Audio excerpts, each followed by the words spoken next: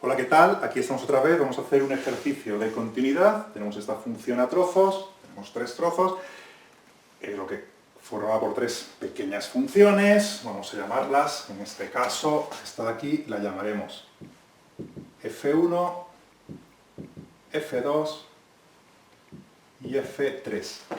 Tenemos aquí la definición de continuidad. Cuando una función es continua, ya lo sabemos, en un punto tiene que existir la función, tiene que existir el límite, y ambos valores tienen que ser iguales, el valor de la función y el valor del límite.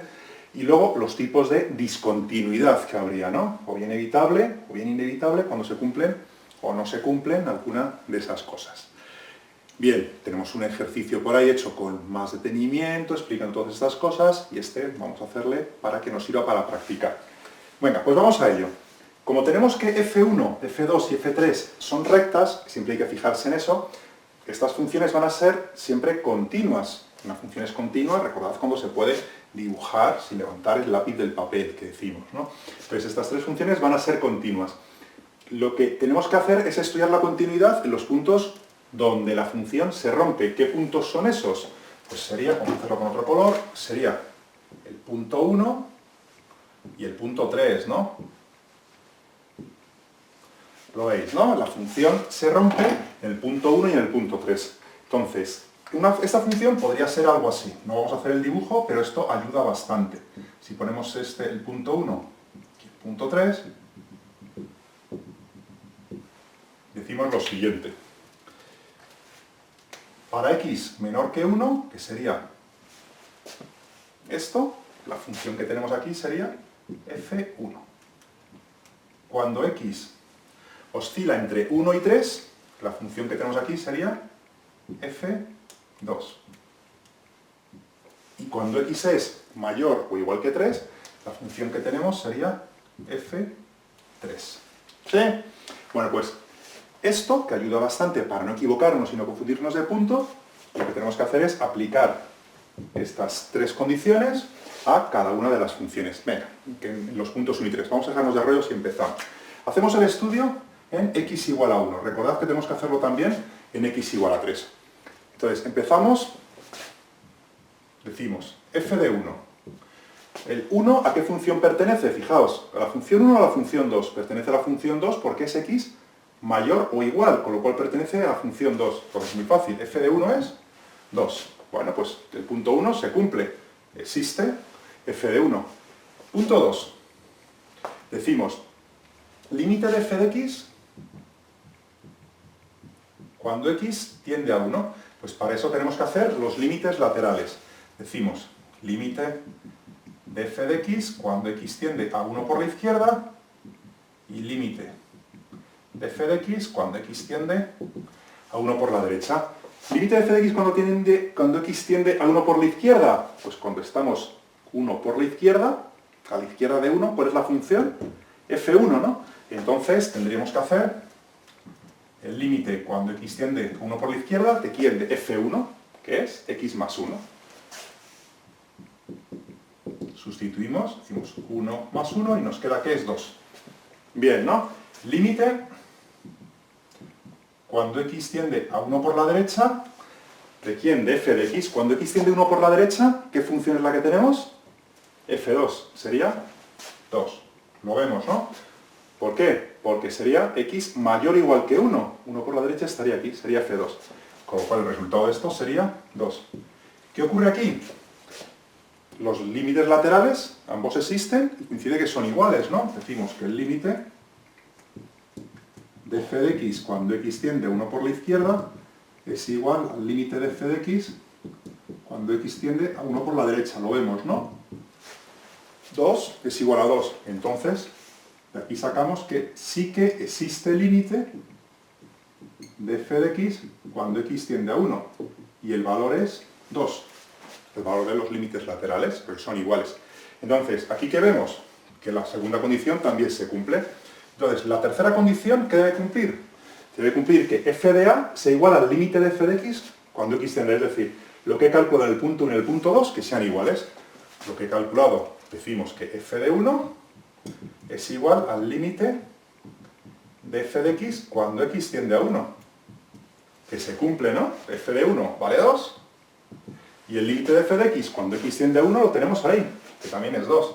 Con lo cual el punto 3 se cumple. Como se cumplen las tres condiciones, decimos que f de x es continua en el punto en el que estamos calculando. ¿Qué punto? X igual a 1. Muy fácil, ¿no? Pero no hemos terminado, ¿por qué? Porque al tener esta función, tres funciones, tres trozos, lo hemos calculado aquí, tenemos que ver qué es lo que ocurre ahora en el punto 3. Pues hacemos lo mismo en x igual a 3. Y empezamos, decimos, f de 3, ya lo vamos pillando bien, ¿no?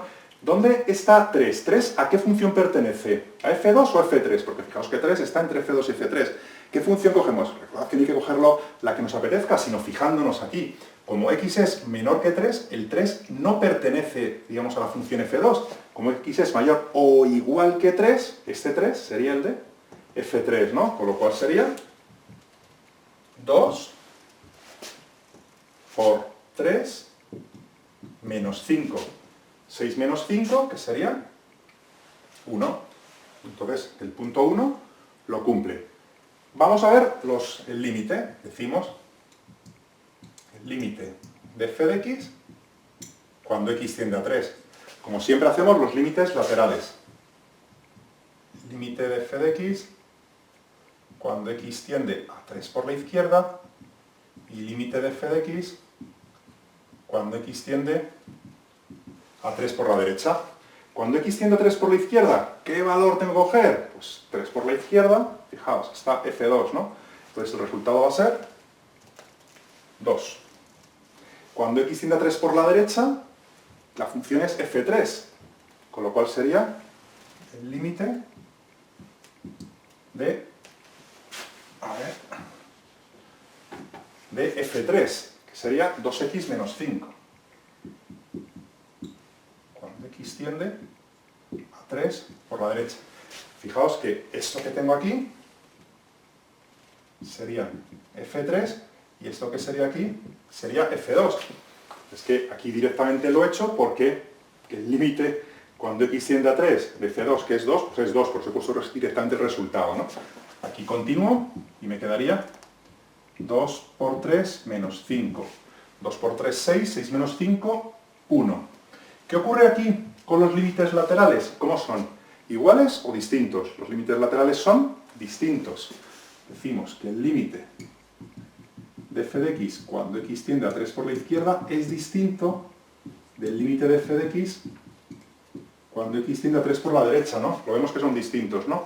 Uno es 2 y otro es 1, con lo cual estos son distintos. Si los límites laterales son distintos, decimos que no existe el límite de f de x cuando x tiende a 3, con lo cual esta condición 2 ya no se cumple. Y si no se cumple la condición 2, tampoco se va a cumplir la condición 3. En este caso, estaríamos de las condiciones 1, 2 y 3, no se cumplirían estas dos de aquí. Bien, entonces estaríamos ante una discontinuidad inevitable. Diríamos discontinuidad inevitable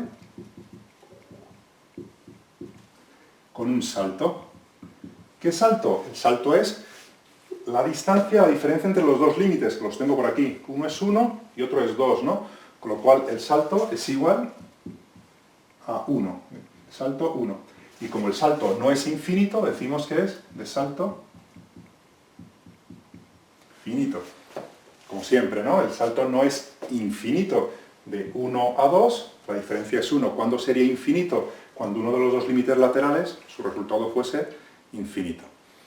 Entonces, esta función es continua en el punto x igual a 1, pero en x igual a 3 tiene una discontinuidad inevitable con un salto finito igual a 1.